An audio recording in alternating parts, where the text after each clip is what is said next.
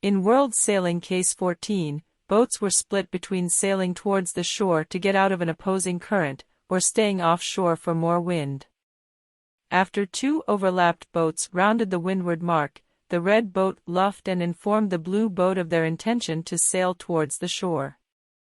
During the ensuing discussion, which took some time, the red boat continued to converge on the blue boat. Eventually, there was contact between the boats and each boat protested the other. Was the protest upheld or dismissed?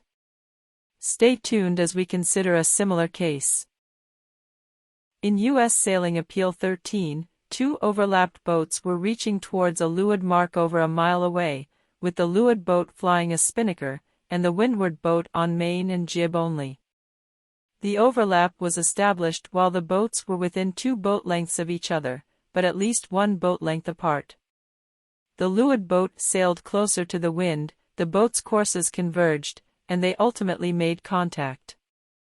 The windward boat hailed the leeward boat twice before the collision, but these hails were not heard and the leeward boat only became aware of the imminent collision at the last moment, at which point they bore away to avoid contact.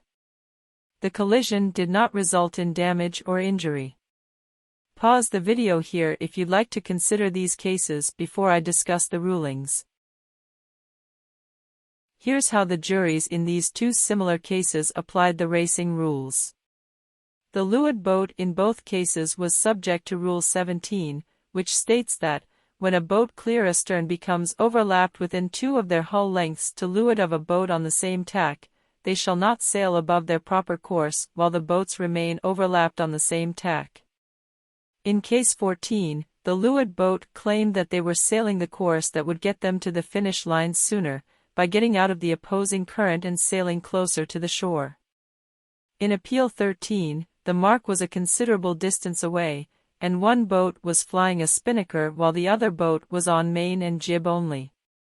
In both cases, the jury found no evidence that the leeward boat was sailing above their proper course, so the leeward boat complied with Rule 17. In Appeal 13, the jury decided that, because the overlap was established with the boats more than 1 boat length apart, the leeward boat complied with Rule 15, which required them to initially give the windward boat room to keep clear when they established overlap and gained right-of-way. In Case 14, because a good amount of time passed from the time the leeward boat first luffed to the point of contact, the jury in that case decided that the leeward boat complied with Rule 16.1, which required the leeward boat to give the windward boat room to keep clear while changing course. In both cases, the windward boat failed to comply with Rule 11, which requires a windward boat to keep clear of a leeward boat on the same tack. The leeward boat was found to have broken Rule 14 in both cases, because they could have avoided the collision. However, because there was no damage or injury, and the leeward boat was sailing within the room they were entitled to, the leeward boat was exonerated under Rule 43.1c from breaking Rule 14. The windward boat was also found to have broken Rule 14 in both cases. However, the windward boat was not exonerated under Rule 43 in either case, as they were required by Rule 11 to keep clear of the leeward boat. In both cases, the windward boat was disqualified for breaking Rules 11 and 14, although the leeward boat in Case 14 was initially disqualified by the protest committee, and later reinstated after they appealed. In Appeal 13, the windward boat appealed their case, but their appeal was denied. To summarize, in Case 14, the racing rules were interpreted such that, when, owing to a difference of opinion about a leeward boat's proper course, 2 boats on the same tack converge, the windward boat must keep clear. 2 boats on the same leg sailing near one another may have different proper courses.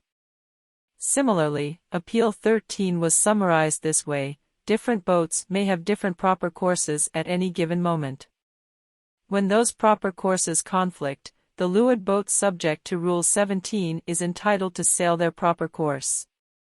I hope you enjoyed this video and learned something new. Check out our playlist on proper course, which includes a video on all the racing rules on proper course. Thanks for watching.